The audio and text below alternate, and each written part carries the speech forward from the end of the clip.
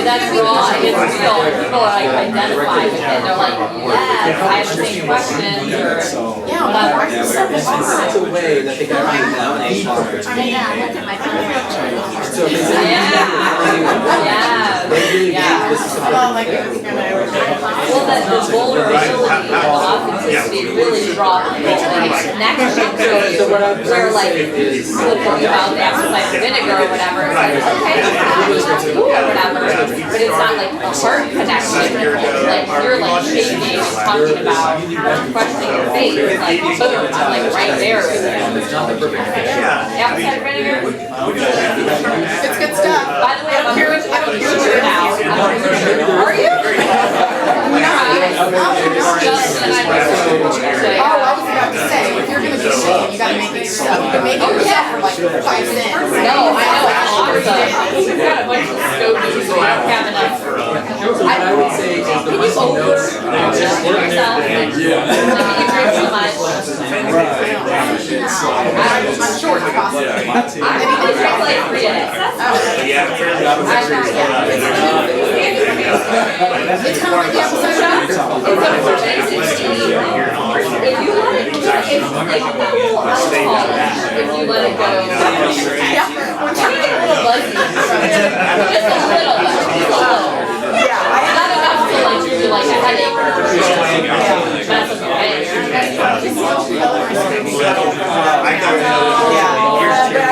I wish I could be hotel. I wish you would have told me. I've got extras, but I have a good idea. Have you ever seen them? They were like discussing, it looks like cost of big food. It's really disgusting. But it's pretty good.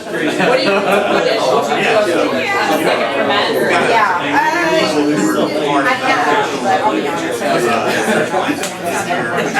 We just did great on a second for men.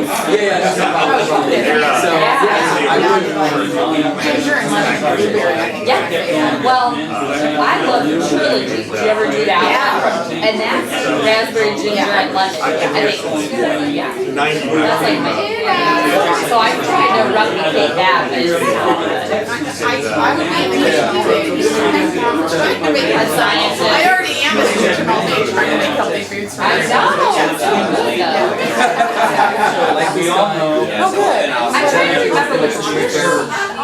Yes. And she just went back to that when the commission class came out of that. Yeah? Yeah, is that when you started? No, I was already doing it. But that's right about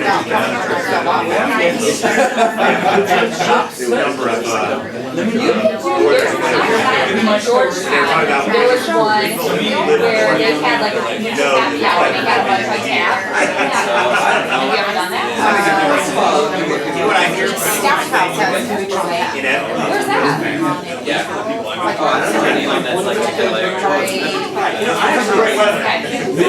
Staff House.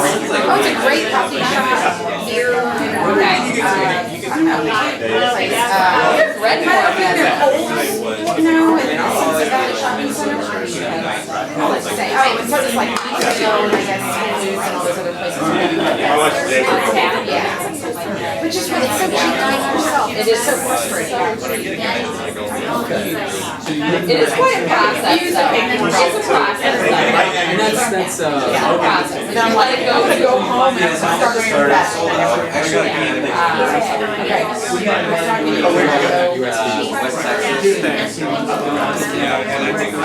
We used to camp, but not in Texas. I like the Pacific Northwest. They were over here texting each other.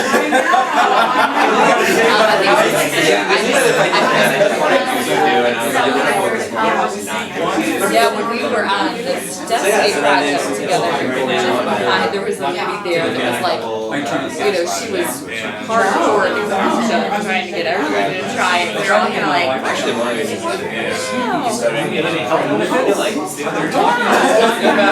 yeah, there's, it's supposed to be like, yeah, it's probiotics, you know, like, helps your immune system. I think it's been great during your I barely had a lip.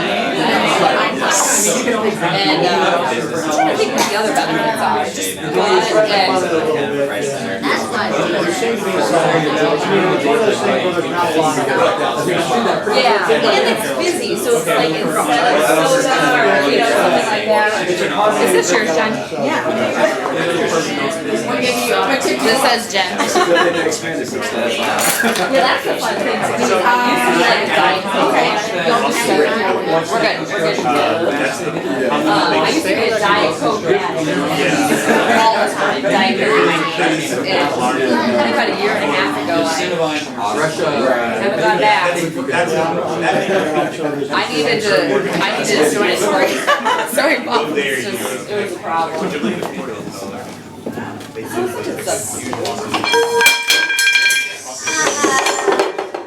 Broken already. Nothing to see. That is a way to get everybody's It doesn't attention. have anything to do with video. Come on.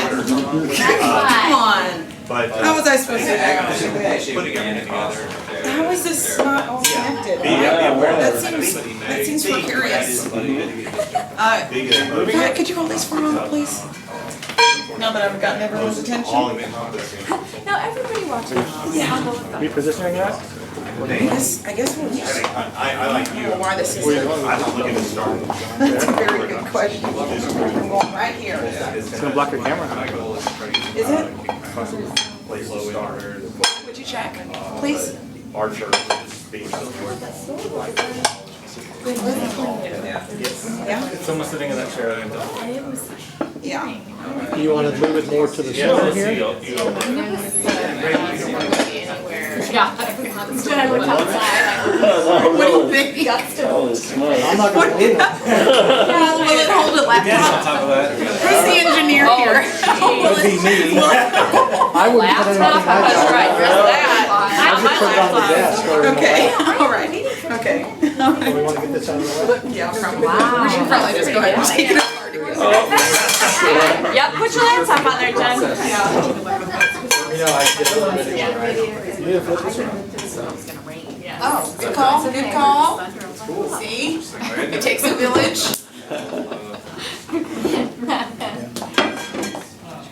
I think we got so many techie people in here. I know. Well, yeah, some super techie people and then the entrepreneurial part can just be anything like me. Hi everyone, welcome. Thank you guys so much for coming. I'm Jen and Mark back there is the founder of Austin Christian Technologists and Entrepreneurs, so he's recovering. We're really glad that he's here. Oh, actually, we have to go live. All right, okay, Facebook Live. You can interact online with the hashtag ACTE. So we will go ahead and get started. We are sponsored obviously by Capital Factory, so if you're an entrepreneur, or really they have all kinds of cool stuff going on here, but definitely check them out, and we're just really glad that they allow us to have this space, so we'll give them a shout out. All right. Prayer, do we have any prayer requests or like praise, anything cool or awesome that you want to give God a shout out for this past week? I like it. Shout out for my daughter who is having, she's 17 and having some issues. Okay. Serious issues. Oh, okay, so She's we'll in pray for her. Shell Creek. I'm just gonna say that. She's what? In Shell Creek. Oh, I'm so sorry. Yeah, we'll pray for her. But she likes it. She said they're nice to her. Well, Wow. Wants to stay. Yeah, he can make good out of everything, so yeah, thank you. And yeah. I have a daughter who's a sophomore at A&M, and she went to a retreat with Baptist Student Ministries this weekend to explore international mission trip opportunities. So she's made an application to either go to Southeast Asia or West Africa. And so just be in prayer about God leading it through. For sure. I kind of just know high level, but I want to lift up California and the dam, the situation that's going on over there. That sounds really dangerous, and I'm sure those people are worried for their homes. Anyone else? Anyone have anything pretty like awesome, like that was so God happen this past week? Okay. All right, well, I guess we can just go ahead and pray. Do you want to pray? You want to pray for us? Guys, you're awesome. Glad you guys are here. Love, thank you for the freedom that we have in you. We worship you, we love you. Your creativity knows no limits. Your creativity knows no bounds. You're awesome in power. We worship you. We invite you into every area of our lives. We invite you into our workplaces. We thank you for, we lift up the families. We pray for the daughters. We pray for missionaries. We thank you for the friendships that we make here. We thank you for wisdom, Lord. And we submit our projects to you, our thoughts. And as we have received Lord Jesus Christ, your Holy Spirit, we ask you to, we thank you, Lord, for the creativity in our work projects, in our lives. In Jesus' name, we love you. Amen. Thank you. Would you mind closing the door, please? Thank you so much. Right. Work. Is anyone looking for work? And does anyone know of anyone hiring, or if you're hiring yourself? Last month we had, well, one of my good friends was looking for a developer, so that was pretty cool. Anyone looking for work? Yeah? Okay. I'm sorry, I don't know your name. My name's Brian Hickey. I'm actually I'm a hybrid client success manager, project manager, with background in IT and across many industries. I mean, banking, predominantly banking over the last 10 years. So like a banking software, project manager? Well, bank software mainly. Okay. So like internet banking. Internet banking. So like what would be like a good client or a good, employer? A good, like FIS or Q2E banking or ACI, Okay. Digital Insight. Okay. Great. So please, what's your name again? Brian Hickey. Brian. Yeah, please keep Brian in mind if anyone knows of anything, touch base with him. And sir in the blue? Sure. My name is Paul, and I'm looking for a gig doing Java development, web development, anything with Java. Awesome. Okay. I could talk to both of you after we're done. Cool. Nice. I didn't get your name? Paul. Paul. Oh, fantastic. Okay. I'm sorry, your name back there? Brian. There's a FinTech meetup? Yep. Thursday night? Are you I'm coming. Okay. Perfect. Appreciate Thanks. it. Thanks, Bob. Yeah, exactly. And yeah, feel free. We're all family here. So if you have something to add, yeah. Hi. Hi, my name is Joel, and I'm the CTO at a financial payment processing company, and I'm looking for another opportunity, development management, something, but I don't think that the company's a good fit for me anymore. Okay. All right. Fantastic. So follow up with Joel at the end if you. Anyone know of any companies that are hiring? So I work for TopTal, and we hire lots of freelancers in software development and design and finance. And so check out the website, and if you're interested in anything or want to apply, just let me know. Cool. Thanks, Mark. We have jobs in freelance, but also in the core company. So it's something. Yeah, I actually checked out the website earlier. There was quite a lot. So especially for the techie people. What was the company again? TopTal, TOPTAL.com. Oh, okay. Does anyone happen to be taking notes? No? Maybe in the future we could work on that. My company is also hiring. I'm looking for Spring Hibernate Angular 2 full stack TypeScript type developers. Oh, okay, also hiring. We're hiring, but Okay, so make of that information what you will. Good luck. And shortly they'll be hiring one more, right, exactly, okay. That's fantastic, good.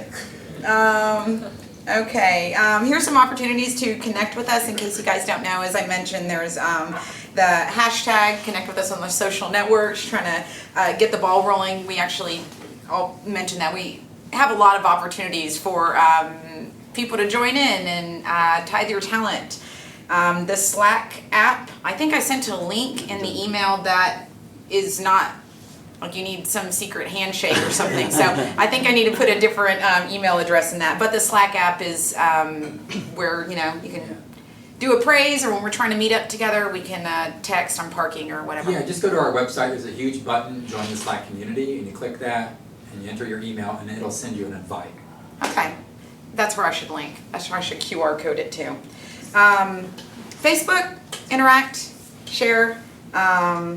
Everyone's on Facebook, but definitely I think Meetup is what Mark's really developed, and all the events get posted there, and then obviously IRL, in real life, which y'all are doing right now. Thank you so much.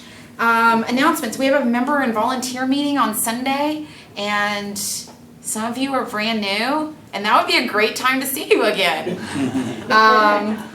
We really, you know, Mark's been doing this for a long time, and it takes a lot to you know, make this work, and especially what we're trying to do with it. You know, I mean, really like develop something that really helps Austin. Like not just we definitely want to help each other, but we got a lot of power here, and we have a lot of opportunities. Designers, marketers, copywriters. I mean, there's just a, you know, sales people that could try to get us sponsorships or partnerships. So there's you know, I know we have some amazing volunteer opportunities. We've got the hackathon coming up. So as my church says, the best way to get involved is to serve others with others. So Sunday at 2, you can check the meetup group to see when that's about. The hackathon, Mark and Alan, do you guys have an update on that? So the hackathon, no update. If you're interested in being a part of it, or volunteering, which is what I care for more about right now, just let me know. It'll probably be, you know, if we, you know, we're trying to do it this year, so probably around September timeframe. Yeah, and you know, Mark said last time, but I want to reiterate that it's not just for super techie coders. So this type of hackathon is going to be really like same deal, you know, like whatever you got, bring it, put it to work. Okay, then you guys are doing a North Austin meetup, Alan? Yes, we got some. Yeah. Mark's, yeah, go ahead. Okay, so if you check out on meetup.com, we have those scheduled. We have a lunch scheduled for next Tuesday, not this Tuesday, but the next Tuesday at Mighty Fine Hamburgers. So if you live in Northwest Austin, come on out. Or even if you don't. Or you don't. Or if you just like to drive. Come from Florida for lunch service. Yeah. And that's at 11:45. So please RSVP so I can kind of like, you know, grab a whole bunch of chairs and corral out people. And then in March 23rd, right, just after the next meetup, we're also having a happy hour around 5:30 p.m. at Kona Grill in the Domain. Nice. And anybody can come to that as well. But the reason we're doing these, we're trying to build up a South community, we're trying to build up a North community, and the next meetup is up north, but we're potentially thinking about having South and North meetups growing themselves, right? And so we're just trying to see if there's people interested, and if you're not interested, then just let us know. I'm like, well, okay, call the whole thing off. But yeah, so that's just kind of where we're going, is having meetups in both locations. Yeah, and to add to that, excuse me, if there's something that you think that you would, that we should be a part of, or that you kind of want to head up, I mean, again, this is our group, it's everyone's group, so great. And then we have our March panel event. These guys are going to be slammed during March with South by Southwest, so we're going to meet up north at Tech Ranch. meet the panel. So I'm going to let these guys give you, the short little elevator story of their lives. But Danielle and I met at a women's conference, and she's delightful. She's a life coach for women, super sweet and patient, and has a really cool relationship with God. So Danielle, you give us the scoop on you. Yeah, so like Jen said, a life coach for women. My husband and I are both coaches. He coaches men, I coach women. We also work together. We are launching something right now called Legendary Marriage Academy, which is an online membership program for marriage enrichment. And we're super excited about that. We're actually launching it this week. We have a podcast called the Legendary Marriage Podcast, where we inspire and challenge married couples to just kind of go beyond the ordinary or the average and just make your marriage legendary. Kind of get to the heart of the connection that you all had in the beginning, or what you're wanting to get back to, or you just want to grow your marriage even more. It's not for people that are, hanging on by a string or anything like that. It's just to pump you up. So, and we have a lot of laughs doing it. So, that's me. I love it. So next we have Patrick Illingworth, and I've known Pat for a long time, maybe, I don't know, like 10 years or so. But I think one of the first times that I met Pat, we all went camping, and I forgot my toothbrush, and you guys, like, it was one of the first times, and the next place to find a toothbrush was like 30 minutes away, and they were like, we're not going to drive you, and I started crying. And Pat had a brand new travel toothbrush, so those are like even smaller than a regular toothbrush. They're they'd only have, and he cut it in half, but he couldn't cut it this way, he had to cut it that way, and so he took the little part, and then I could only brush one tooth at a time. But that's how I knew Pat was a Christian. So he's also a mechanical engineer at Dell, and it's one of my favorite stories about him. So yeah, currently mechanical engineer at Dell. I've done most of my career in corporate America, but I did manage to leave for about 5 years and do some consulting, worked for my church with Danielle for a couple of years. Yeah. And then took a sabbatical, lived in a van, so done a couple of things and came back to corporate America. So it's interesting because it's a completely different attitude now than what I had before, and there's a heavy ministry need in corporate America. Sure. So it's a good place for strong followers to be. So it's just that's where I am now. So awesome. And thirdly, we have Armand Daniels, and gosh, we've known each other a long time as well. Yeah, Gateway, yeah. Yes. Yeah. So an entrepreneur and an actor and just a shaker baker. So Networker, yeah, there you go. I've been in sales pretty much most of my life, and I went from software sales to someone invited me to see what this person's doing in recruiting, and so I went and sat with him for a minute, and went to work for him for about 8 months, and I said, wow, this is great. Just putting people together. I consider myself a glorified matchmaker.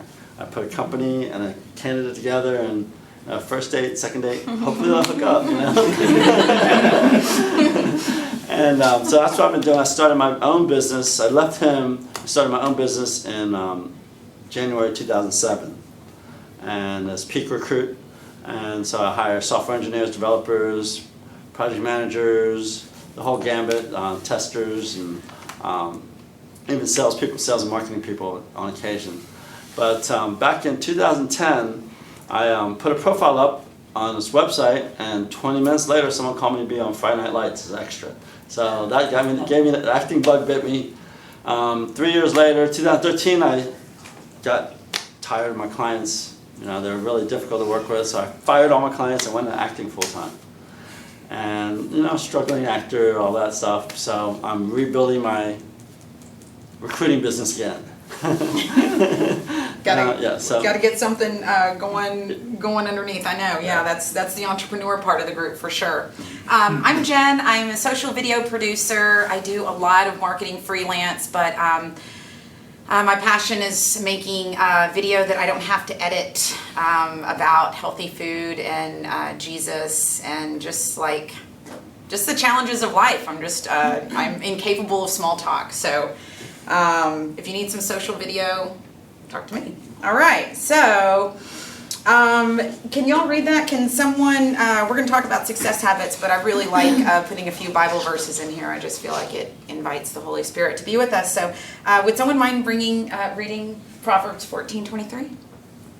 You guys got a good view. Things of profit, but mere talk leads only to poverty. Yeah, exactly. So what I wanted to ask these guys are, just some of your personal success habits, some of the things that you have noticed that they really make a difference, the 80-20 of your habits. So we'll start with Danielle. Oh, sure. Well, I do have a few habits that I enjoy. I like to do yoga every morning. Helps me focus for the day.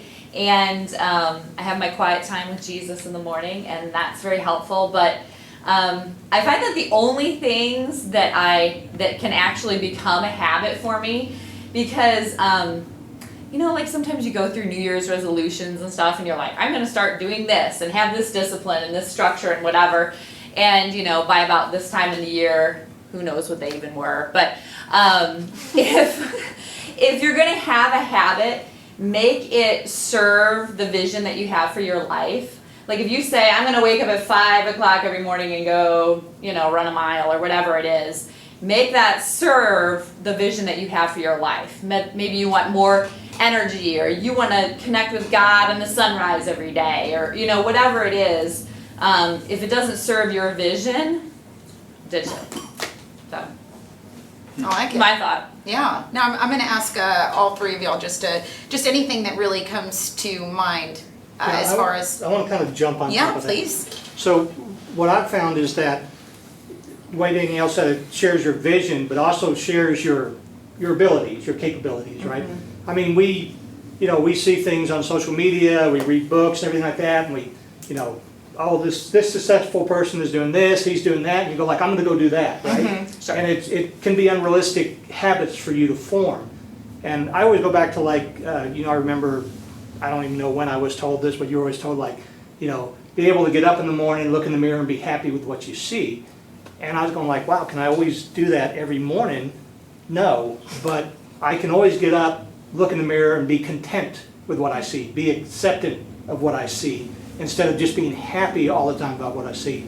So I try to make sure that the habits that I form are ones that I can maintain, and I'm just not setting myself up for disappointment. So like one of the ones I do at work is, a lot of times we're sitting at a desk all day, right? I get up, I have a little, watch alarm that goes off, and I get up and I have a little route through the buildings and up the stairs and down the stairs. But I just make it a point to go walk for 20 minutes. And that just gives me time to clear my head, reset, spend some time with God, and then just come back and just be ready to, to dive back into whatever I'm doing. But you so often just find yourself in this situation where you go well, I can't take that break now. That's what I was going to ask you. How do you get up? You just have to, that's the habit part of it, right? That's the, I need to get up and do this because I know it's going to be good in the long run. You don't just, I'll go in 20 more minutes, or let me just finish this, or let me just send this email? Yeah, okay. Yeah. So is it at a certain time? Or you just flip a switch in your head and you're like, it's time to go? No, I try to have it timed. I mean, I've got some regularly scheduled meetings every day, so I try to do it in between those, or after those, or something like that. All right, good. Actually, if I can just interrupt, when Pat was talking, I was thinking about Tim Ferriss. I don't know if y'all know who he is, but he's incredible. I've decided that he should call his books Crazy Things Only Tim Ferriss Does, because he's take an ice bath every morning, and that'll really get you invigorated and you'll get fit. And I tried it once, and I don't even think I used the appropriate amount of ice, and I was like, that's not a habit, that's not a realistic habit for me, no way. So good point, Pat. How about you, Armand? A couple of good habits is time management. structuring your day, actually the day before, so that you're set, getting ready to get right into it the next day. And one of the biggest things in success for me has been persistence. Just keep plugging away, and eventually I had a $1 billion company invited me in to speak with the CEO because I was persistent. I called him like every week and emailed him and everything. He said, the only reason why you're here is because you're persistent. So that's a very important habit to have. For sure it is. Can I just say something about what Pat said? Please. I love how you said it like serves you for the rest of the day. You said you get up and do 20 minutes, and sometimes you're, like Jen said, you're like, oh my gosh, I don't have time for this, or I have this meeting, or I gotta send this last email. But it's like, if you don't do that 20 minutes, you could be like tanked the rest of the day. Like, you know, so it really makes you even probably more productive the rest of the day if you can just do it. It's a good reset. Yeah, yeah. Can you ask questions? Please, I have yes. a question for, what's your name? Armand. Armand. So I have a question about your time management schedule and kind of how you developed it. Did you develop it over time? Did you? Yes, I developed it over time. It's not something that, I mean, I've read a lot about it and, you know, put it all into my own, the way that I wanted to structure it myself, but yes. And the key thing though is to plan ahead. Like every day before I leave the office, I make a plan for the next day. Yeah, I try to do that, but I just have too many plans and then I don't know which one to use. But working on it. Does anyone out there have like something that they were like, as soon as I started doing this, like this was an awesome habit? I mean, for time management, I'm very similar, right? I schedule everything. It's on my calendar. If it's not on my calendar, I don't do it, right? And I schedule, like, I go to the gym. I work from home, so, you know, so especially if you work at home, you gotta schedule your day, right? Mm-hmm. And so, like, I schedule, you know, you schedule meetings. Well, I schedule the time that I'm gonna go to the gym and work out because that makes me think better. It's on my calendar, it's blocked out, nobody can book over it. I can't even book over it. Like I get like so many notifications, time to go. I'm like, I gotta go, right? And so like I schedule everything, and I learned this in university because university should train you for life. I graduated with 5 majors, 3 minors, and I had how many years? 5. And I had 2 jobs, and I was a youth pastor and a couple other things. Anyways, but the only way I did that is every single minute of every single day was scheduled, right? And the truth is, I had tons of free time because everything was scheduled, and so even free time was scheduled. And it's just amazing how, like, I feel like I had more time. When actually I got out of the habit after after university, I found out I had less free time because I didn't schedule things. So I went back to scheduling. How much free time would you give yourself, and what do you do during free time? Is it like productive free time or like? Yeah, it was like gym or, you know, digital hanging out with friends. I love that, intentional hanging out. Yeah. We're doing this. I mean, it was weird for my friends. Like people, like it was weird for them, but I'm like, okay, we're hanging out. Right? I love it. I love that. Okay, so. I wanted to add Yeah, please. So, something that I had a big issue with, and actually, very few times have I taken a class in corporate America that has been of value to me. So, if you're like me, it used to be like the inbox, right? The email inbox was just the downfall of your day. And I took this one class on it, and I wasn't able to implement all of the things that they said, but the big thing I was able to do was they had done a study, and they said that, you know, you have the alerts for your emails, like a little phantom will come up and alert. They tell you, turn all those off. And they say schedule time that you're going to go through your email, right? Because if you grab an email every time it comes in, it pulls you away from what you're doing and it distracts you, and you actually spend more time in the day reading emails when you read them right when they come in than when you do if you actually schedule a time to say this is when I'm going to read and respond to emails. So that's been very helpful to me. The other one was keep a 0 inbox, but I've never been able to do that. You got that on the email, which other people like. We use Slack at my company, and I hardly ever get an email now. So, but Slack is like, you know, my software developers and my designers always complain they don't have time to actually work. And I'm like, shut off Slack. Like, schedule a time that you block out Slack and just go offline everything and go work. And they're like, you know, they're afraid to do that, you know. And I'm like, I want you away as long as you're working. Like you're not, you know, watching TV or something, but you know, you're working. And but yeah, I mean, Slack, email. You tell them to stop slacking. Like, I want you offline. If you're online, of course I'm going to Slack you, right? But if you're offline, I won't. Yeah. Did you still want to field awesome ideas? Sure. Okay, I don't know if mine's awesome, but what came to mind for me is like, I know myself, and my mental abilities I know are the best like around between 10 and 12 p.m. or 10 a.m. and 12 p.m.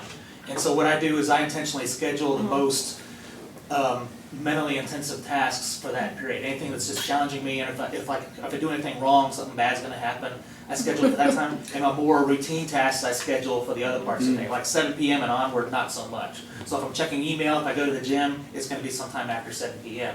when I'm not mentally at my best. Yeah, I think I just, I was rereading Habits of Successful People, and I think it was saying that like we're prime around that time. Awesome. All right, we'll move on to the next one. Who wants to read 2 Corinthians 10:5? People that sit in the front row. Take captive every thought to make it obedient to Christ. Yeah, so what I want to talk to you guys about now is thought patterns and habits, and how you redirect your thoughts when maybe they are encouraging older bad or unuseful habits. We'll start with you this time around. Okay. Let's see. Bad habits. I do have a bad habit. I'm pretty much late most of the time. Even though I structure everything, I find myself not right on the clock. Yeah. Being self-employed, I guess I can get away with it a little bit, but I've been trying to be more on point, you know, to work with other people, because I know that's others. It's not kind of a little disrespectful of their time. So you know, I always think about the thing of a bad habit is you have to think about what the outcome is going to be, or what something else, or you know, someone else might think or feel from that, and that in order it makes me want to break that habit. Mm-hmm. Yeah, I mean specifically, we just did a lesson in church, and just talking about the thoughts that we allow to roll around in our head, and how that really does affect the decisions that we make, the things that we say to other people, the kindness and compassion and grace and all these other things. So yeah, I mean, I can fully know I am not making these thoughts obedient to Christ, and so yeah, it's definitely something that I work on. How do you battle it? Bad habits? Or bad thought patterns, or I guess like negative self-talk. If we're kind gonna do of bad thing. habits, we'd have to schedule a whole Okay. All right, skip that. No, Skip so, it. man, it's, I guess I would say that it's just a, like you said, you're late and stuff like that. There's some things that you just accept.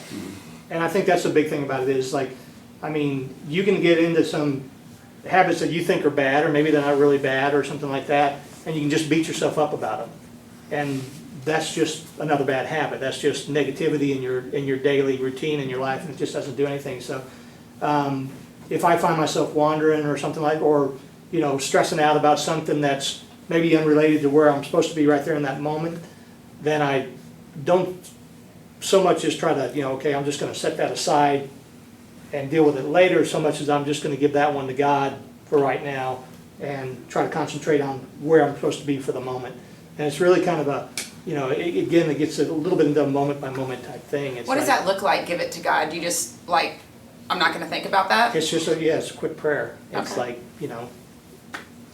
just God, take this one, and you just redirect your thoughts into something yeah, else. It maybe a little bit repetitive. I mean, it might be, I might have to say it about 5 times, but yes, I do try to redirect my thoughts into where I need to be. It's I'm not really good at memorizing or quoting scripture, but there's the don't worry about tomorrow, you got enough to worry about today. So it's kind of apply that to the moment, right? Don't worry about what's going to happen at 5. I got enough going on at noon to worry about right now. So just try not to project myself too far into the future with stuff like that. Awesome. Moment by moment. That's all we have. What do you got, Danielle? Well, this is interesting. You're gonna think I'm crazy, but I don't feel like I have a lot of negative self-talk because I just feel like God has given me a spiritual gift, which is faith. And it's one of those things where, like, I can, like, people will look at me and they're like, what is the matter with you? But I will, like, blindly, just like God says it in the scripture, so I'm like, yeah, I got it, yeah, totally. But also when I get in those, like, negative kind of places, you have these thoughts in your head, and they're kind of like, we refer to them as a shadow. Like if you have your eyes focused on Christ and He's light, okay, so I'm looking at that light, what's behind me? A shadow, right? Mm-hmm. So it's actually part of yourself. So let's say you're worried about, let's say you're just saying that, oh, I'm worthless or whatever. That's your shadow trying to, like, protect you from something. So if you focus more on the light, you kind of turn to the shadow. It's like, oh, you're no good or whatever. But if you turn to the light, you kind of see the alternate part of that, which is like, you're a beautiful, precious daughter of God. And it's just kind of like the alternate version of that. So a lot of times if I'm getting, like, more caught up in my negativity, like sometimes I have a bad habit of kind of being lazy. But, like, the good half of it is, like, I'm super flexible and free-spirited, and I can kind of go with the moment. But if I turn more towards the shadow, I'm, a lazy slob, So if I can turn this way, it's kind of like the better version of it, which is how God created me to be. So it's an interesting dynamic if you can kind of just check yourself to, like, okay, which place am I focusing here? How do you remind yourself to look the other direction? Well, you know what? It's kind of like, you ever feel like you're just not yourself and you're just, like, out of sorts and you're, like, saying things and words are coming out of your mouth and you're like, what am I even doing? Or my husband is always with me pretty much. We work together and he'll be like, is that your shadow or is that your true identity? And I'm like, I think you're right about that one. So we have a weird relationship where we can kind of check ourselves like that, and I don't get super defensive usually about it, but he and I help each other out a lot. But usually it's kind of like when stuff comes out of your mouth and you're wondering where it came from or what the heck's going on. Yeah. Oh, that's so nice. Well, yeah, please. When you're talking about negative thoughts, I believe that happiness is a choice. I mean, sometimes some things are going to happen. You're going to be sad, but like you said, you can look that way, or you can look towards the light and be happy, and or content, like you were saying about yourself. Because it's not necessarily to be happy all the time. But I wake up in the morning, I'm happy, I have a smile on my face. Some people they are baffled by that, or they don't know, they just feel it's wrong. I don't know. But that's the way I choose to be. I choose to be happy, as much as I can, because I don't know, the alternative, I really don't care for too much.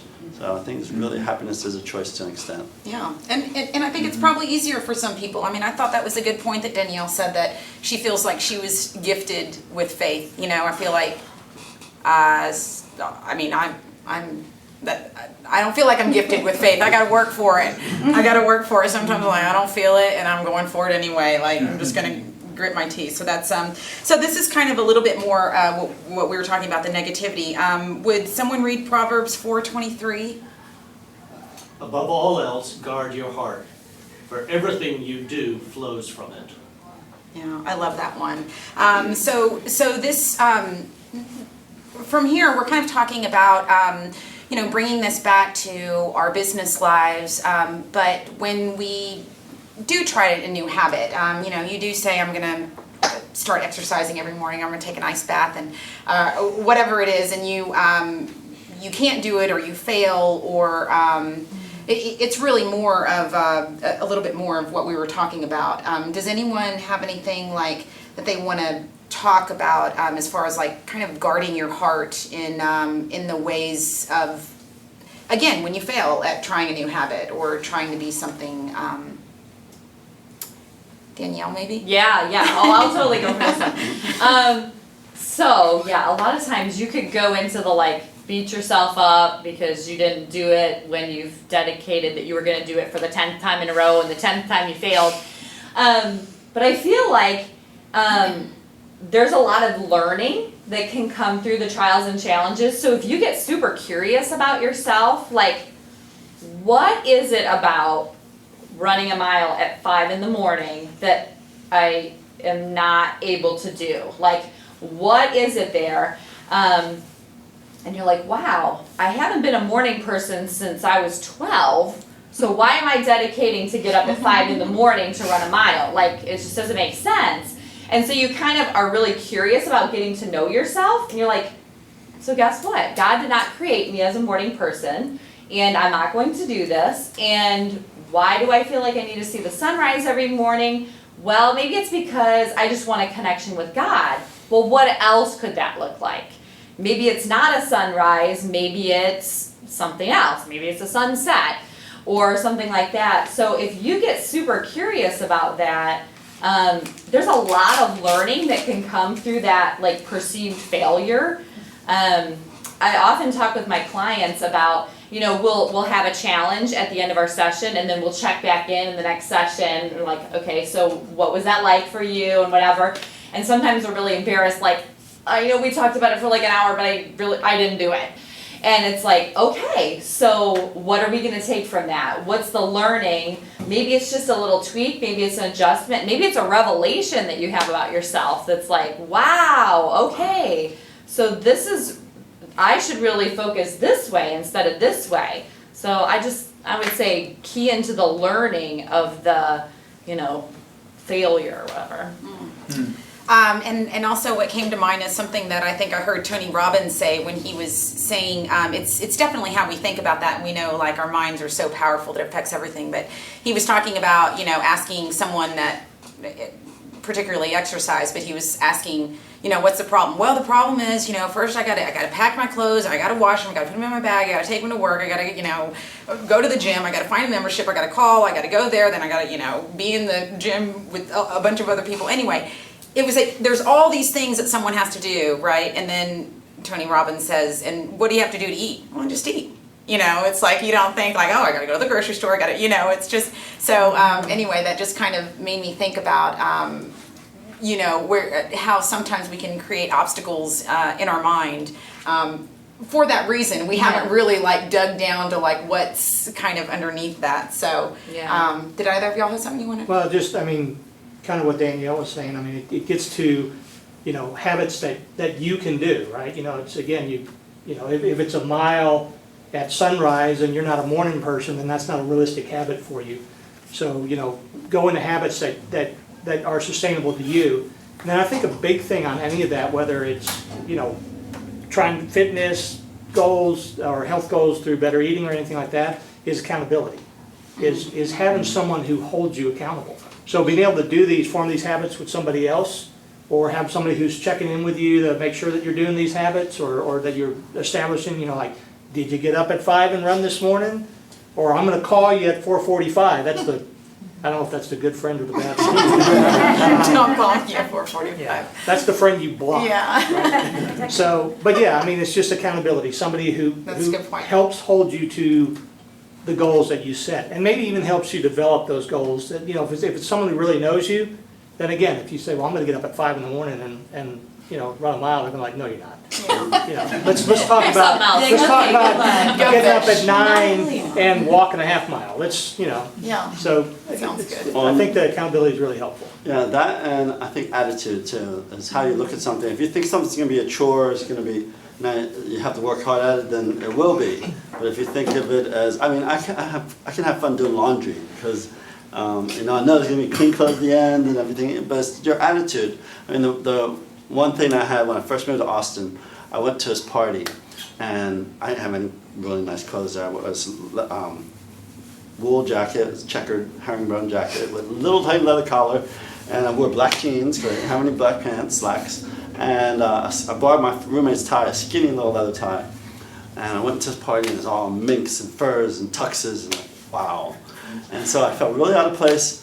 So I could have just, slinked my way off, or, no one would talk to me. But I went in the bathroom, I looked in the mirror, I straightened up that tie, I said, you look good, you fit right in. I came out, I met everybody, people were coming up, introducing themselves to me. It's just attitude.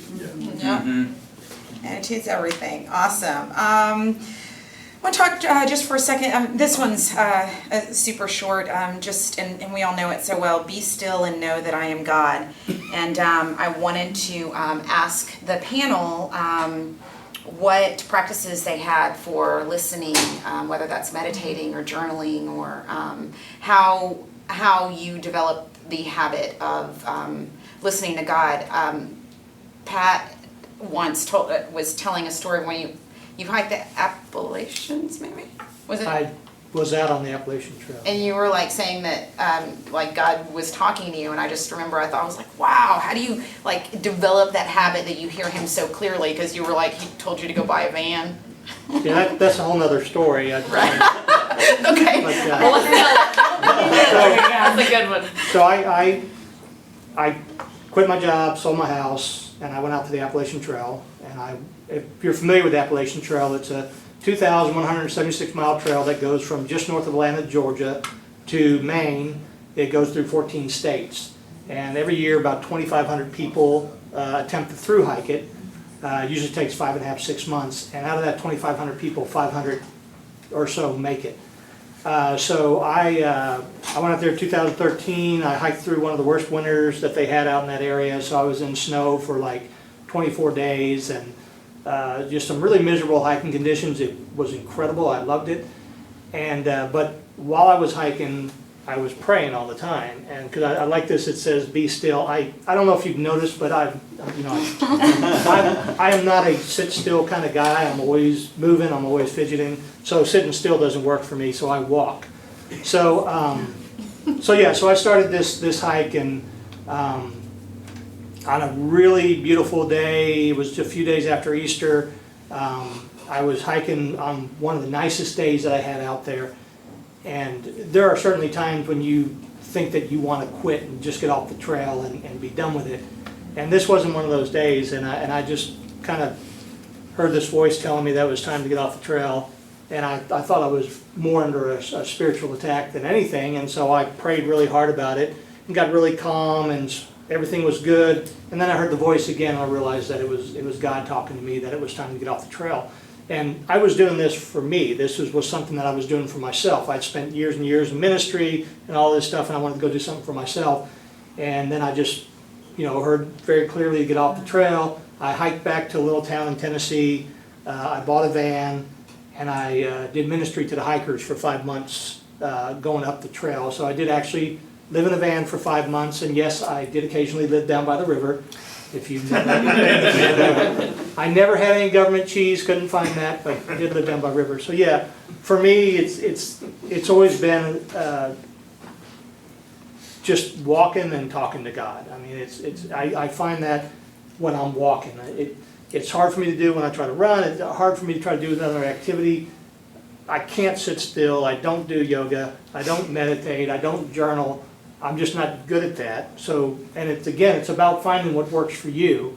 And I find that when I'm walking, that's when I can really talk and hear God. So, thanks. Love that story. Danielle or Armand? I feel like mine's really similar to Pat, that I really have trouble sitting still. It was kind of funny, we were just sharing stories about he lived in the van. My husband and I bought an RV and went around the country for 5 months together, sold our house, and did that kind of thing. So I don't know, I feel like we're kind of kindred spirits like that. And we were driving around to each state and asking God, like, is this the place where you want us to land? Like, we were fully, when we packed up and left Austin, we just thought, everywhere we go, we're just going to listen for God's voice. And like, if it's like, you are now an Idahoan, or whatever it is, like, we would just like put it down, and I guess we live in Idaho now, or whatever. Yeah, so we always have to be on the move too. I like to hike, listen to worship music. I'm not super great. I do my quiet time in the morning, and it's like I kind of have some baggage around like that writing isn't for me, even though I am a writer and I write content and I'm a teacher all the time. Like sometimes it's challenging for me to write. It's not my happy place, but on the trail is for sure. Moving. Yeah, I think that's. I'm a little, I'm a quiet person. I like to meditate. I like even driving with no music. I mean, there's so much noise around us all the time just to be quiet and, basically just listen to yourself, your body, your heart. You can listen to your heartbeat, whatever. But just that calm brings you closer. Yeah, nature for sure does it for me. Like, I feel like I should be here. Like, this feels right until I'm ready for a shower. And I'm like, I need to go back into the world. But yeah, hiking for sure. Like doing anything out in nature. I feel like there really is something to that though, because if you think about like how God created us, He created us in the wild. He didn't create us with plastic and stuff all around us. Like we were actually created to be in nature. So I feel like there's something that just really connects for a lot of people when they're in nature, because like that's how God intended for us to be. So and also like sharing the gospel and taking it to missions wherever He calls you. Yeah, like Jesus was always moving and and also Ferragamo, the shoe designer, figured out that you think the pace of your walk. So just a side note, it was a fact I learned when I don't know anything else about shoe designers. But so he did a lot of study on the anatomy of the foot and like figured out that it's directly related to how people think. So that's why he customized shoes for all these famous people. That's where Justin, my husband and I are both coaches and we're entrepreneurs together. And that's where we always have our best ideas is we're like, okay, we gotta walk. And we'll just walk for hours and hours until we hash out an idea or whatever. It's just that, so that makes a lot of sense, I want to invent some sort of like, because I'm doing it, then I have to stop and type, because otherwise you run into a tree or something. I want to have like some way of we're capturing it somehow. Yeah, the treadmill desk works, but it gets boring.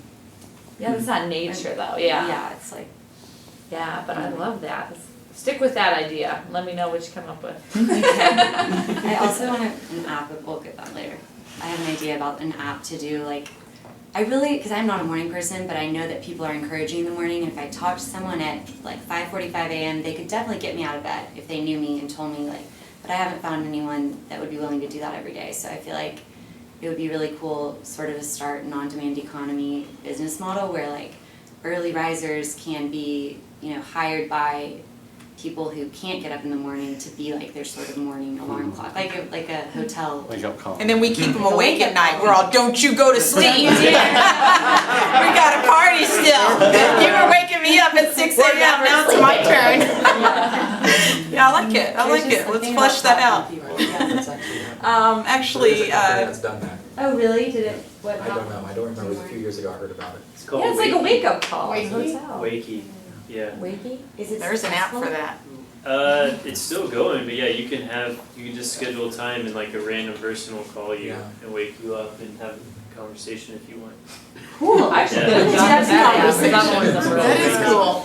They think they're being called, calling somebody to have to yell at them, but it turns out.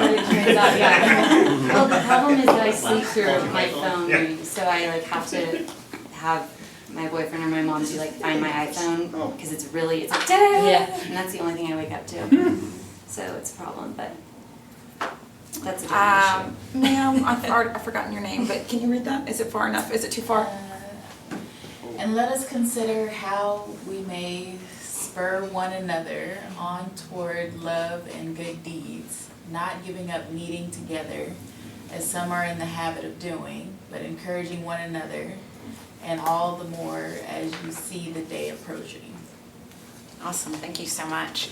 The habit of community. Obviously, we live in a fast-paced world and society, and we're all about doing things ourselves. And as entrepreneurs, a lot of times we work by ourselves. sorry, as I've begun kind of the second dive into my faith, I've just super realized the importance of community, just having like-minded people around you. It's so easy to slide into an alternate way of thinking if you're around people that think differently than you. So I want to ask you guys, how do you nurture the habit of community? I know you work with the kids a lot, or you did. Did, Yeah.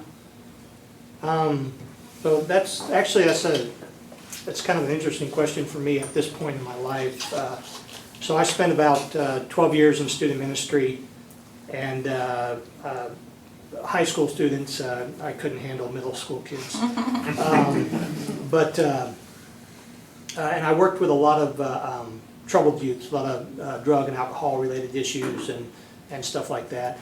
And I want to say it, so I was at one point where my house was set up, where I had probably, 10 high school students, a minimum a day in the house. And then I had roommates who were all teens that I'd worked with before or knew, and they had gotten in trouble and they were straightening out their life. And I think at one time all three of them were on probation. And so it was this really hodgepodge mix of community where, I think a lot of parents, if they didn't know me so well, wouldn't have let their kid anywhere near my home. But when you have, I had kids who were crashing on my couch whose parents didn't come looking for them for 4 or 5 days. Mm-hmm. So it was that kind of community, but there was these older young people who had gotten in trouble and could kind of pass that along. So it was very chaotic. There was no real plan or organization or anything like that, and I strived off the chaos. I really did. I'm an extrovert. It's like community, people. I strive off it and everything like that.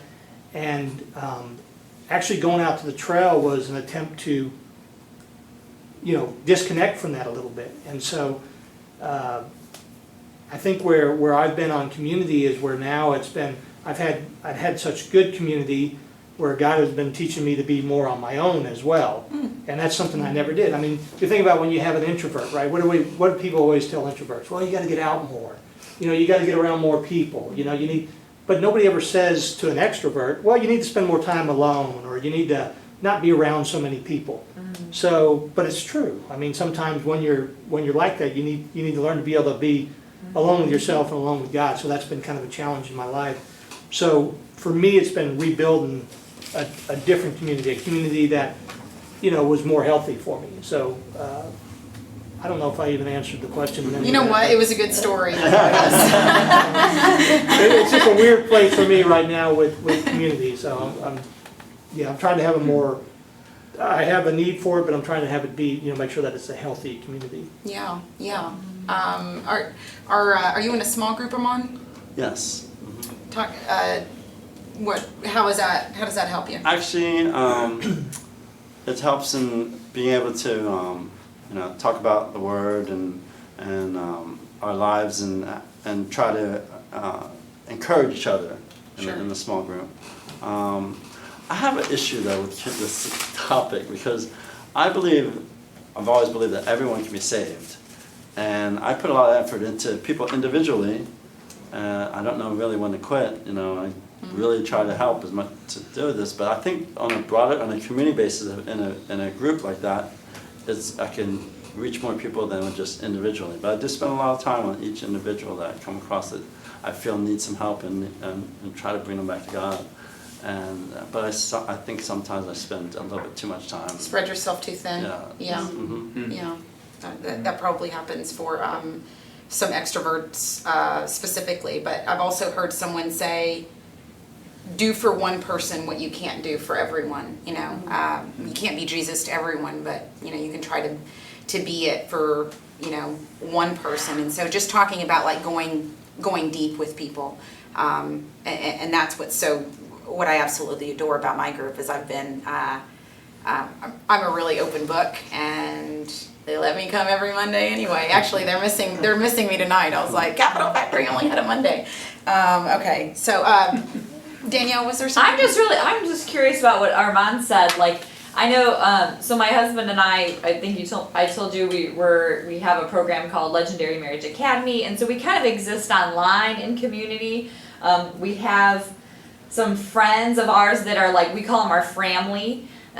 They've been in small groups, we've led small groups, and we have a group of people that they're basically like, if something happens at 3 a.m., we have no problem calling a whole list of people that are just there for us.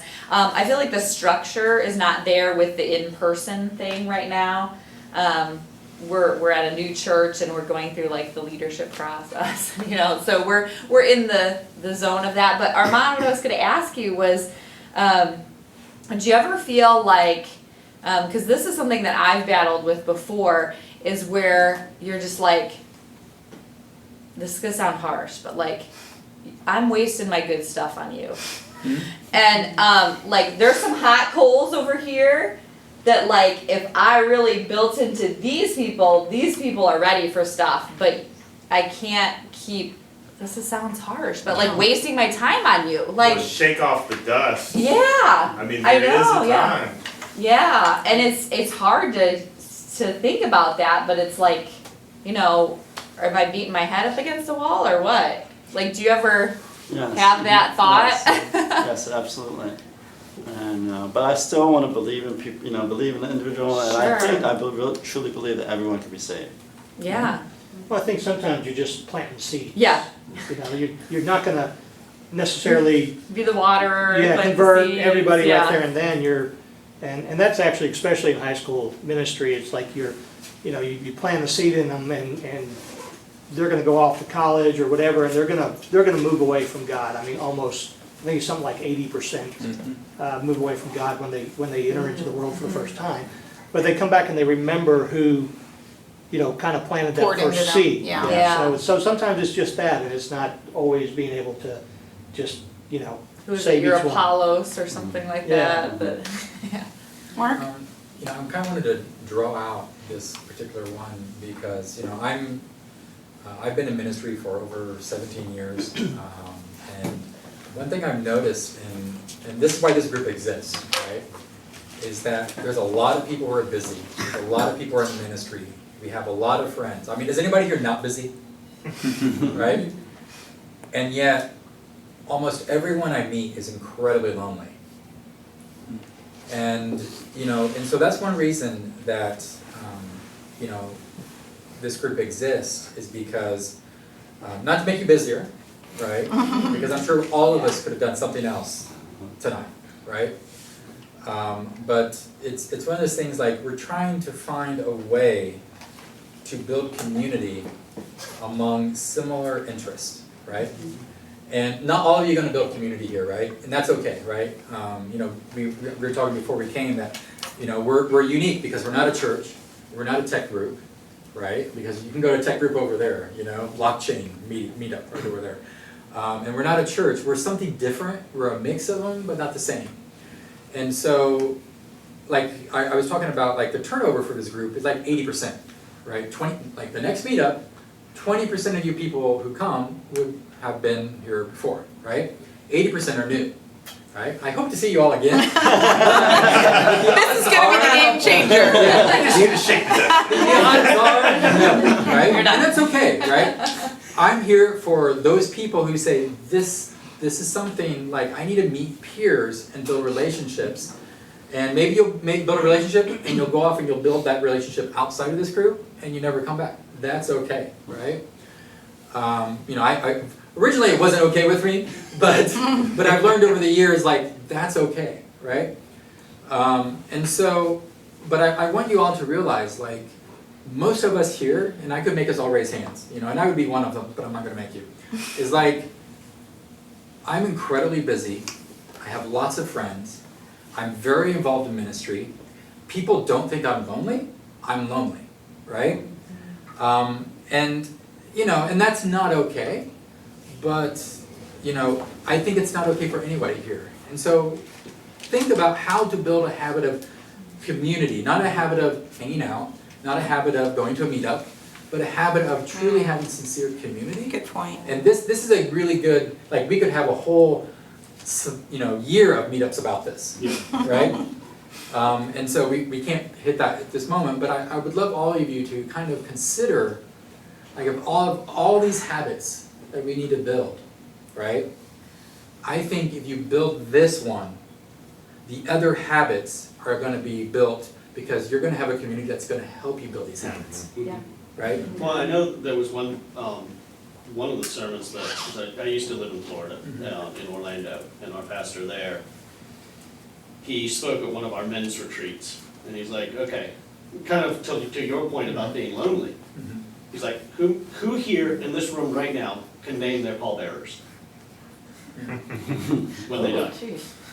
He's like, I know I intentionally shocked you, but I bet you not a single man in this room will be able to name all of their pallbearers. And we're like, no, because we are lonely.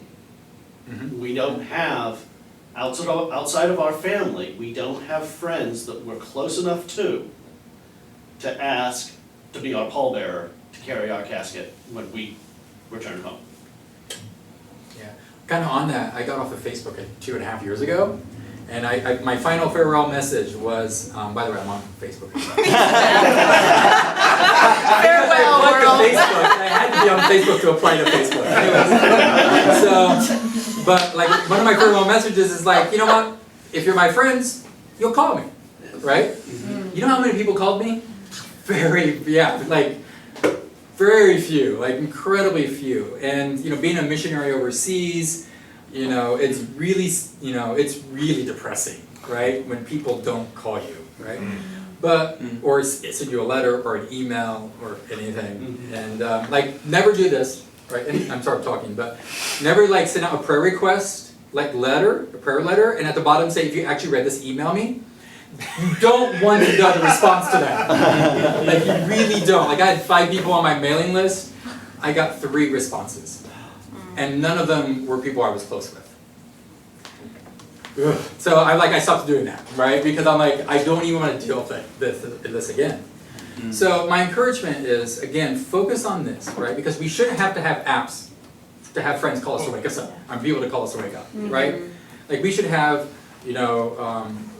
good friends who will do that for us. And, whatever the habits are we want to build, we should have accountability partners who truly care about us and want to see us succeed. To encourage us, when we have that shadow, to be the encourager, right? And I would like to say, I know lots of people who have friends and have that perfect community. When you think of Acts 2:42 through 46, when they were all together and they were breaking bread together and praying together and there was one. And then, the result of that, and this is my life verse, right, is that the Lord added to their number daily those who were being saved. Number 1, it was the Lord who added the number, but number 2 is because they were a perfect testimony of the body of Christ. I have yet to ever find that.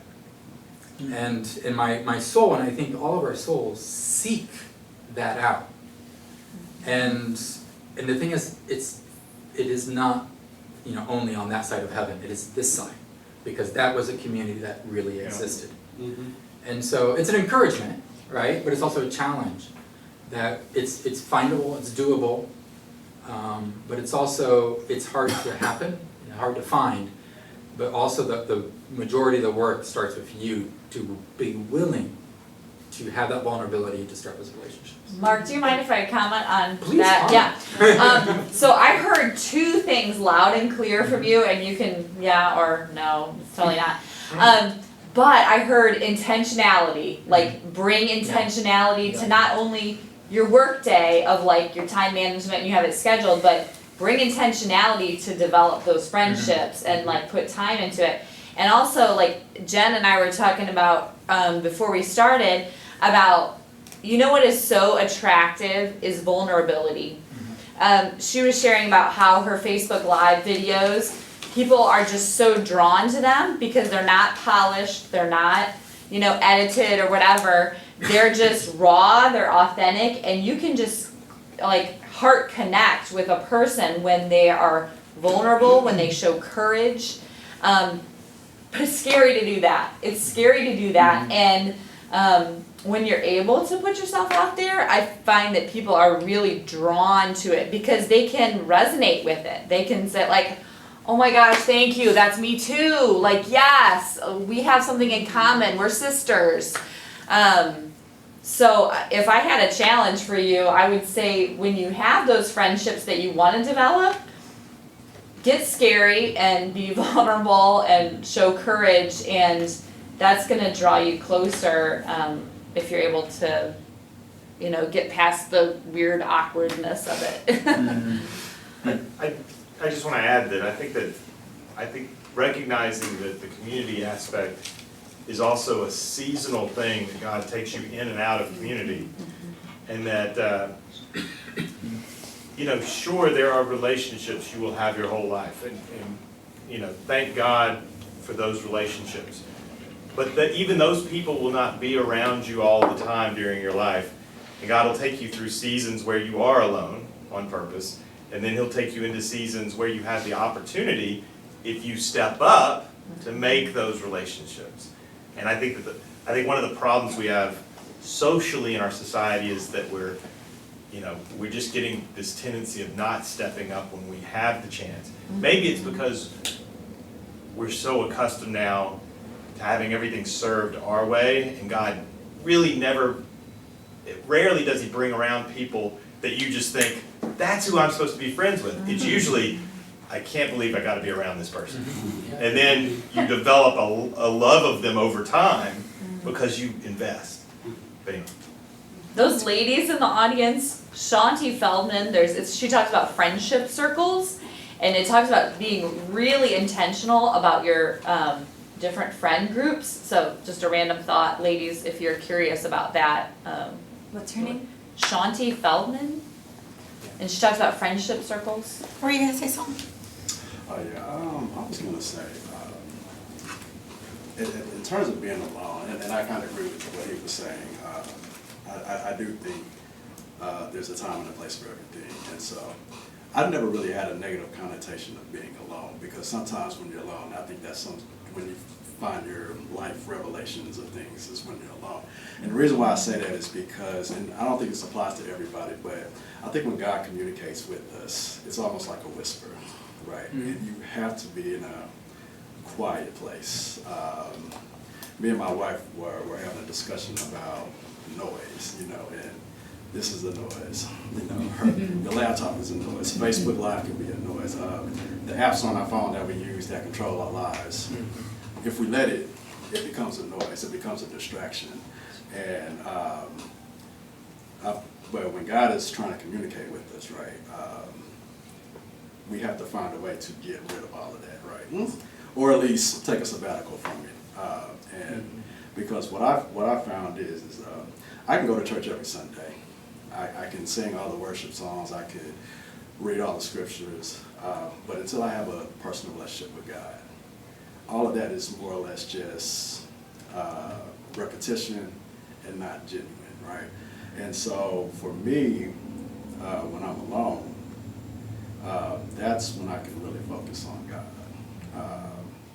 That's not to say I don't appreciate my friends, that I don't love my wife, you know what I mean? But sometimes I just have to put myself in a space where I'm not distracted by everybody and everything in order for my relationship with God to grow. I just want to say that. Thank you. Yeah. Always seems like it comes back to balance. I just wanted to say one more thing. What I've discovered also is that doing things with people, you get to know them better. Like just out of a series of function, I'm like volunteering with someone. I mean, you get to see, their personality, you get to see their heart, the good, the bad, the ugly, whatever, versus I love to sit at Pechet and have a fancy cocktail as much as the next person, but you don't really get to know people. You don't have any. So anyway, I think that's really cool, and I think that's neat about our group. So it's like not only can we be doing something that helps, but we can be doing something that we're really connecting with each other. You're really having like some conversations about stuff that's real and matters. And I can add to that, I'm an introvert, and I know a lot of extroverts have been talking, but for those of us that are introverts, I think the key is to say yes. Whatever, wherever, if we can say yes, say yes. If the extroverts ask, say yes. And I have a visual of the movie Unbreakable. In the last scene, the guy's going out and he's starting to realize his role, his purpose, and he starts sticking his hands out to interact with people. It's just a very basic thing. But as an introvert, I look at that as that's kind of what I do. I'm not going to be the person that's going to drive and talk to every single person, but I want to be available, be open, and then say yes, whatever it is, and not overthink it. It doesn't have to fit into my life strategy or whatever. It's just, okay, I'll do that. I may be terrible at it. I'm terrible at doing home building stuff, but I've said yes to a lot of that. And people have had bad driven nails and whatever. But, you know, I really believe, you know, speaking to doing particularly, just say yes. Yeah. Awesome. Yay. All right. Well, we'll try to, yay, we're on final. Oh, I'm so sorry. Go ahead. Yeah. My wife would probably consider me to be an introvert, but she's like a drama teacher and like total introvert. And she's not literally a drama teacher off the stage. She's like, you know, the drama's all for her. Yeah. So what I was going to say is, in my experience, I found that just saying yes is not good enough, because sometimes I just don't say yes, and sometimes I don't say yes without even realizing I'm doing it. So and I find I'm driving people away, because sometimes I might say yes, sometimes I don't say yes, and they're the ones always doing the asking, and so I find even as an introvert you have to reach out. It's just not good enough just to make yourself available, and you have to reach out some. Well, baby steps, right? Awesome. Thank you all so much. Final thoughts, you know, just this is a shortened version, obviously, of Matthew 5:14, but just remembering, you know, that we're the salt and light, and so I'll just let you guys. We'll start with Danielle, and just, you know, if you have any final thoughts about changing habits and patterns. Well, I guess my final thought would be intentional, be vulnerable, put yourself out there, and really create, I would say, just a vision around whatever your habit is that you're concerned about, whether it's health or whether it's time management or whatever. Paint yourself a ridiculously glorious vision of what it could be, like way outside of reality. Like on a scale of 1 to 10, take it to like a 15. Like what could it look like if you were like featured on a news show as like the rock star of working out in the morning at sunset or whatever it is. Just paint a ridiculously glorious vision of where you want to be and what's ideal for you, and start setting those habits to get you to there. Otherwise, it's just habits. You're just, you know, saying that you're gonna do something because of obligation, or you saw somebody else that's super smart that did it, or whatever. Have it serve your life vision that you have for that area, and feel free to adjust your vision as things change. Awesome. Thanks, Danielle. Pat? I'd say the big one for me is just don't let fear stop you. I mean, I wouldn't say that I'm in any means fearless, because I think it's healthy to be afraid of things, and you know, it's a reality in life, but it can paralyze you and stop you in your tracks. And I mean, I'm not just talking about, you know, you're afraid of the dog next door or something. I'm talking about, like, you know, I'm afraid to take that step because I might not be secure anymore, or I'll lose or the sense of security that I have, because I've found most of security has been a false sense of security. So just don't let fear stop you from doing what you want to do. That's a really good point. And I would still have to go with persistence, because you know, whatever you're doing, just have to keep going for it. They said the story is that Thomas Edison failed 5,000 times before he got the light bulb right. You know, just persistence.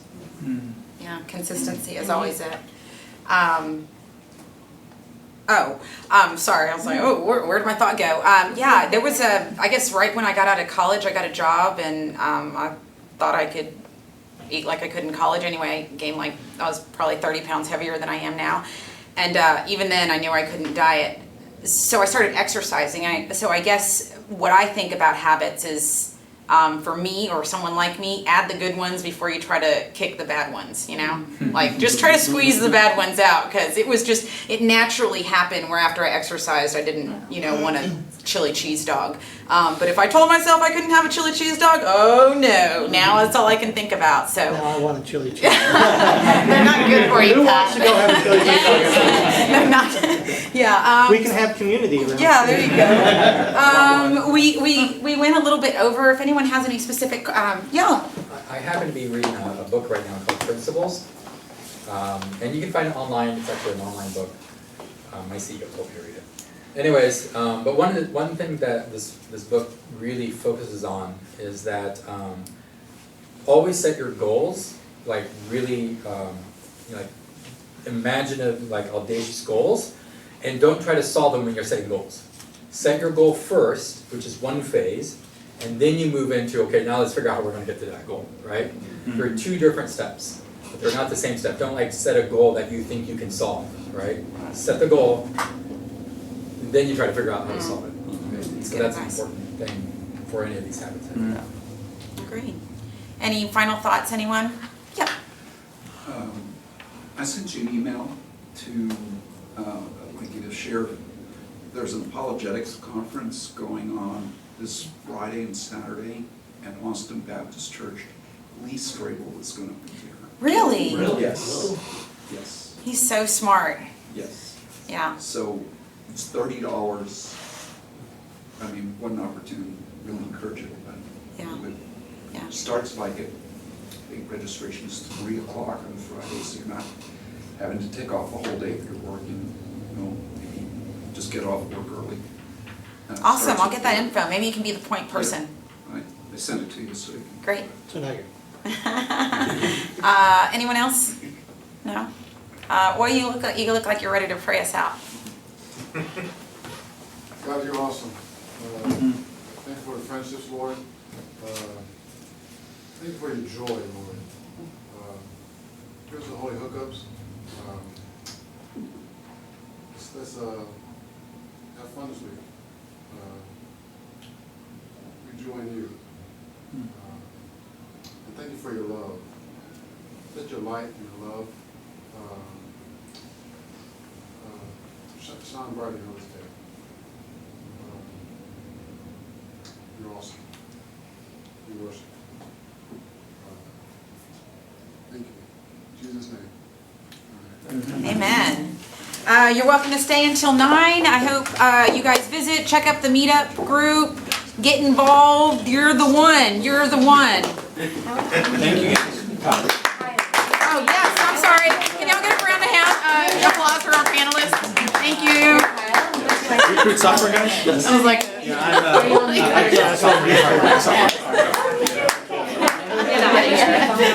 thank you so much. Thanks for having me. Yeah, thank you. So good. Oh, turn off this. And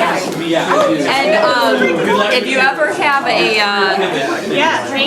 thing where Justin would go, he would totally do it. Yeah, no, it's like, thank you guys so much for, He's a way amped up version of whatever I will share. Oh, so wow. there you go. There you go. That was good. I want to Some meet good all of sharing. y'all. Yeah. So you like run this or? Sure. Yeah. Yeah. Okay. I found that it, Beyonce song came in my head, and I was like, just maybe. Oh no. Well, and also thank y'all so much. I don't know if y'all have thank you so much. Yeah. I found this. Tell me your name again. I'm Haley. Haley. Okay. Thank you very much. Nice to meet you. And so you do life coaching. So I'm kind of in the process of deciding whether to go through this psychotherapy thing, and it's kind of, I don't know, I feel like it's kind of dark and scary. So I'm like, do you have a card? Are you taking clients? Yes, I am taking new clients. I didn't bring a card with me, but can I just get your info and I can follow up with you? Yes. I would prefer, yeah, you can text me. I've been, I mean, you can email me. I was going to say it has been there.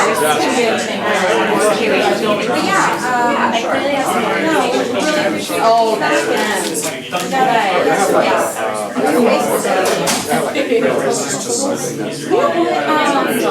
We've not done that because we do everything through. Patrick, would you want to hear any Thank you. So you were interested in, Totally enjoyed it. because coaching is not therapy. No, right, it's not therapy in any way. And it's not consulting either. So here's the deal with coaching is, the understanding is that you are creative, resourcefulness, and that you are the expert. But I need help. I need a coach. Like I know so much about this, but I like a day is like there's so much I want to do. There's so much I want to do, but it's very rarely effective. And so I am constantly feeling like I'm drowning in work. Thanks for your insight.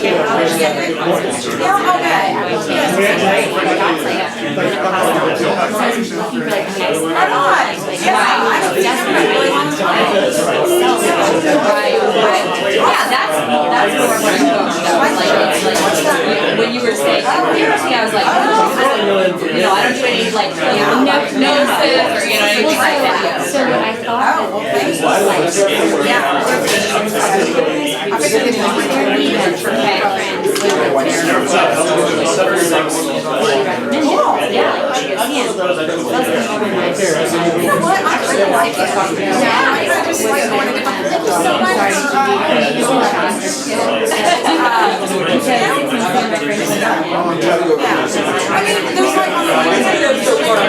And I feel like on the other hand, there's Sure. At the same time, I was reading the other like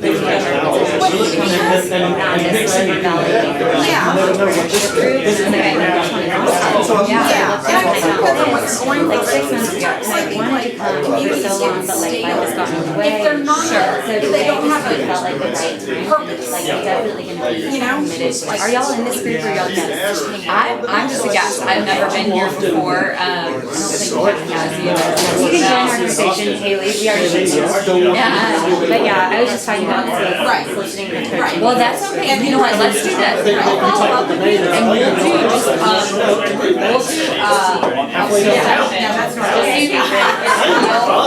what it's that's not awesome. and that way I was born in y'all started calling. I know, y'all started calling. and like Wasn't that awesome? But I will contact you tomorrow. All right, thank you. Yeah, great meeting y'all too. All right, now you're talking. Yeah, that's good seeing you. It's good to see you, yeah. We'll get home. Justin, Justin has. How old are your babies? 5 and 2. They babysit how old are you? started when she's 5. I know. Austin's growing so fast. Oh my God. 17? Going to be just She's like,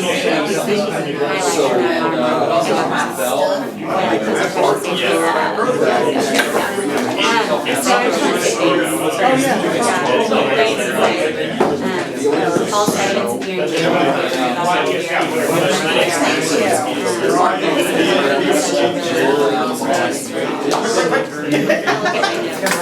What's your story? Yeah. I just want to meet everyone. Are you in this group regularly? No, I actually, Jen, are you gonna post the YouTube link? Yes. For the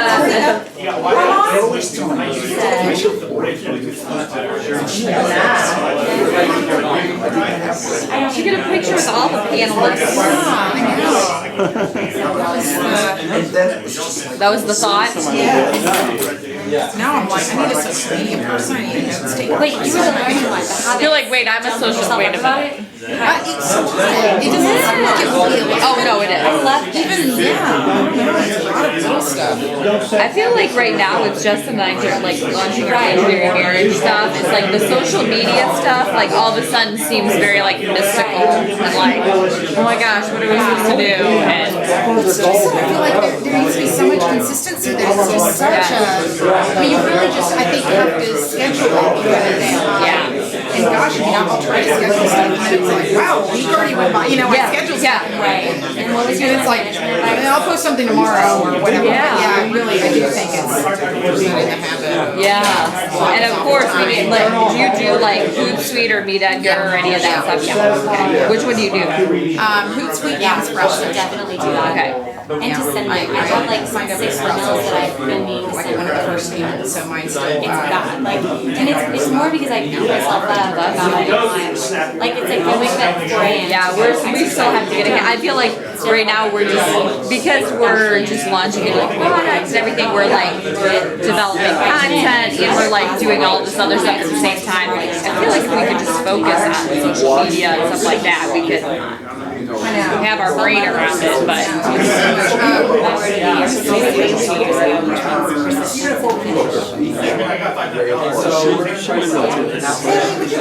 I would love to.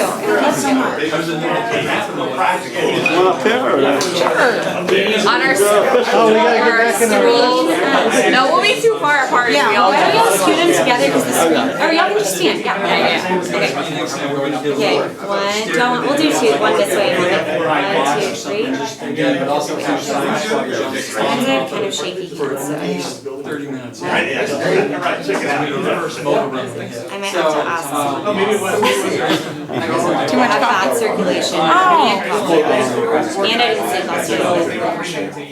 Even then the There. the other two, were like, that's my I think they're all Yeah, that sleeping is the worst. Yeah, I didn't sleep last night. You know what? It is a little. And it's bad lighting too. Yeah, it is. Oh, yeah. So I was noticing that when I went to go look at some of the videos that she had posted from last week, I'm like, that's really odd, like how the maybe lighting they'll goes stand like right in front of you, so like it's, over in looks front like of you're us. super dark. Oh yeah, let's go stand next to Yeah. I'm sorry about that, y'all.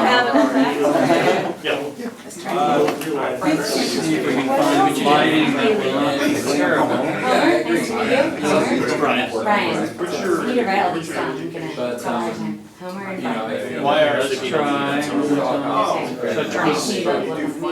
So what do y'all do? 1, 2, I'm one of those that's looking for a job. Okay. And Thank you so Thank you much. very much. Yeah. Project management. I assume that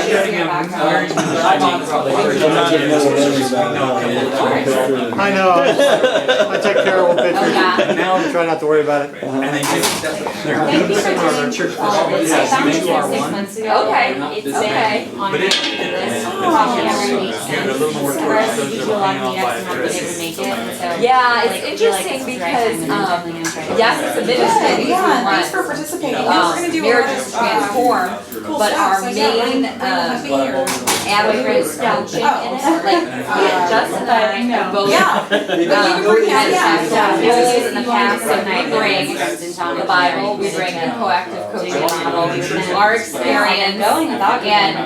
they're all together, and that's what comes, so it's not like, it's not a huge evangelism kind of thing, it's not, we're not gonna quote Bible verses necessarily, it's more of a, like I was sharing about intentionally, like, creating a vision and everything, so there's this thing called, in coaching, it's called the Wheel of Life, and there's this other thing called Wheel of Marriage, so there's lots of different slices of your life, like there's career, there's your spouse, there's your family, there's health and recreation, there's money, there's, okay, so you've got all these slices, and you live in each of those areas of your life. Now, sometimes, some of them are really heavily focused on, and some of them are like so neglected that you barely know that they're on there. And so, it's really cool because what we do is, the two of you, we do some communication tools that coaches specifically use. The great thing is, it's always Talk to each other intensely about designing each part of your marriage in all those different areas. But yeah, So it's like, I think the. we're having a conversation about sex, we're having a conversation about designing our home together, we're having a conversation about parenting, That's what the about, contract. you know, so it's like, there's nothing left uncovered. Everything is like I said, just this wild, like, vision of what it could be. And you get so much, and like start admiring, and then it's like, alright, then you combine goals and adjust them, and like put you doing it together. And it's like you're looking at your relationship and it's like, what is the best for our relationship? It's not like, well, you do this and I do this, and by the way, you annoy me when I do this, and you know. So there's this process of just really like intentionally designing your life together. Yeah, and it's pretty neat. From a lot of the marriage studies that I've done before, where it's more just focused on scripture or what talks about it in marriage. Of course, we bring that because that's who we are in our foundation. That's how we are at our core. So we bring that to it, but it's not necessarily want the intention to do it, but I think July we'll figure out ways to work it. So I just it's a little bit of a different take than a lot of industry out there. Well, one I was taking it for my talk the other day. We've talked from, that's an agreement there. We didn't start with Dave Ramsey, we started with. I guess I just engineered that because. Crown Financial. So, yeah, well, I'm just trying. Their Bible study. This is where I can make my What we found is thing. real into God's perspective on stewardship with a little bit of practical knowledge on the topic. Where Dave Ramsey has a lot of And I spent all this. didn't change the behavior. So then somebody said, check out Ramsey. First of all, we taught many. And we were getting a little. So it's a charging cable and it's a standalone.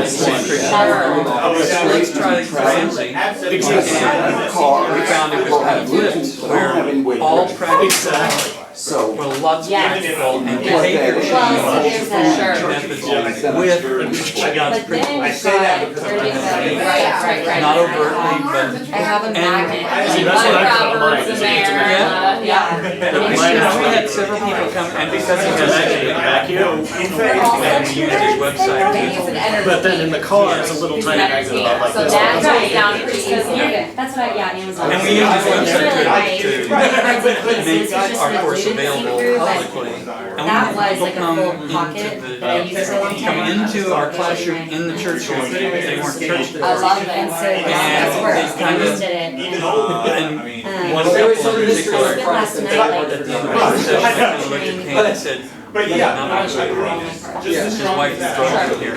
But by the middle of the class, he's engaged in Because I had some sutures that were expired from El Salvador. Those are and like, by the end of it, those are he emergency cards. I didn't don't come have to like the a same knowledge of Christ that we know of. So he hung around a bunch of It was Christians. horrible looking, and I sewed So it they and helped me hear that great. needles Yeah. And so I know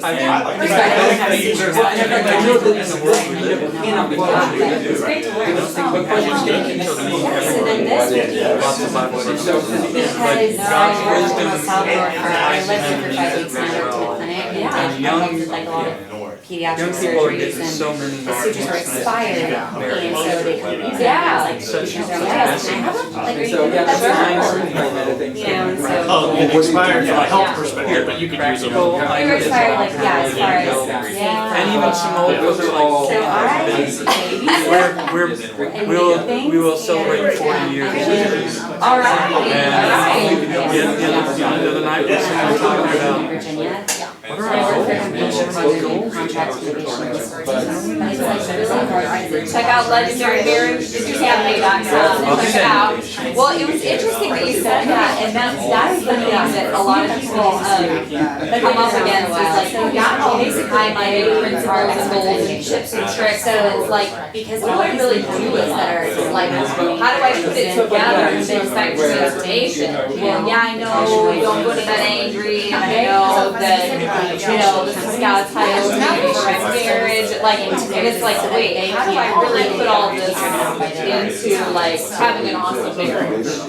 And so that was kind of our goal in our strategy, those, like, tips and tricks and tools, don't just leave them isolated, but bring it together and have a unique plan that for your marriage. And you can have the same bones and everything for, like, the process and everything, but the thing that you create is gonna be totally different than the next couple and what they create and what they create. hide I mean, what, Justin and I like, talked about when we got that married, was gonna do. we thought, well, we're gonna be different, and we're gonna change the world, and we're gonna do this, we're gonna do that. So my role You right know, now is. that 50% divorce rate, well, that doesn't apply to us, and, you know, and 5 years into it, when we're ready to tear each other's hair out, we're like, okay, what is going on here, like, let's figure out a better way. For them for 6 years, and she had a boss, so, Yeah. So- Well, it's a pleasure to meet you, Danielle. And your last name is? Williams. Danielle Williams. I know, tricky name. Good to meet you, thank you for. Yeah, good meeting you too. because she needed someone to replace her, and very similarly. So I, right now, I'm just doing a lot of competitive landscape analysis and like trend research, that's probably what I'm looking for. So learning about like what, different, so we're working on a lot of titles. I feel like now I'm getting on a roll. And like how the new types, like help Thanks for praying for us. facilities And, that are going is out of this your business, role and every I time? help revamp them because there's this warrior thing where it's like no longer is your retirement I know. Just where they kick them off. Exactly, like it's supposed to be like where life begins, like celebrating life and Yeah. you're one of the hopes your dreams come true and it's not the place to go die, it's the place to go live and community. So it's interesting, there are a lot of changes happening, so that's what I'm helping them with, and it's a messy. It's just a very small company, it's kind of a mess right now, but that's Are why. they hiring? So I can use JSON directly. Oh, thank you. Yes, they're looking for full-time, but I don't know. Okay, so they just restructured. All right, so here we go. Ready? Got another hour?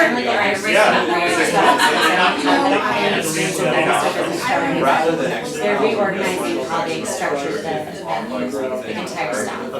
So they basically, I mean, it's like fire, but they kind of let go of people and then they're creating new positions that they are expected to be in, like, the coming. I'll tell you what. Yeah, awesome, thank you. Feel free to connect with me on LinkedIn. I will, I'm really bad at it. So, well, I'm on it, but it's just, I need to do one. How should I go? I want to get a job. I'm sorry to tell you that. Okay, I don't have a. Well, tell you what, you've got my contact information, because this is kind of what I've been doing for the last year. Born in California, raised in Europe. Okay. 7 years in France, 3 years in Belgium, 3 years in Germany, 2 years in I think that we use bread. England. Let's see what we're Brussels. That's how my friend studied abroad. No, she ended up going to Scotland, but Brussels was really designing. But I've been on LinkedIn since 2010. I don't consider myself a LinkedIn follower. What that basically means is, sometimes I love that you and what that means is it's just, they'll just accept anybody who passes. Did you have a heart for it? Like, I could see Because basically my criteria is I have to achieve my That's my criteria. I don't really have a criteria right now because. Well, when you're starting your network, you don't have a criteria. Right. Unfortunately, right now, I mean, I've been doing it now for 7 years. So I just recently closed out my network. You do have, yes. Otherwise, I get so it's so diluted that you're gonna want on the friend or except for LinkedIn, you can't. Right. No. So you need to start. At all, or you just Well, like. you can, but it becomes visible. See, unlike in Facebook where you're not. Don't you think they'll change that soon though? No. Because there's too much with LinkedIn, because of the name, LinkedIn. Because you're linked through that person. Exactly. Like for example, Jen and I are second-degree connections. Okay. Because she and I have a mutual connection. Got it. Okay. So you're not first degree connections? No, because I just started today with. Oh, I thought you meant LinkedIn. I was like, what? With this group. Okay, got it. We I just met Jen. Jen. Yes. Right. But like, for example, let's say you were connected to, I forget your name. Homer. Yeah, you're connected to Homer, and Homer's connected to Jen. Right. Well, then your name and it's right here. Then you would be a third, then you would be a third degree connection. Okay. And so and that's why it's important to build your network. Because your first degree connections are the people you actually know. No, Okay. usually pretty well. Pretty well. Your second degree are kind of like your friends' friends. So can I connect with them as Oh, yeah. well? You're more than welcome to, yeah. Especially when you're trying to build your network and trying to improve your profile. But then the key is also make sure that you put all of your professional details in all of the categories. Very long. It is very long. No, I already did it. I Oh, think okay. it's like way too much. I don't know like what proper LinkedIn etiquette is because They're basically keep it as detailed as possible. awesome. I have my email address. Yeah, because it's just like an app. It's interesting.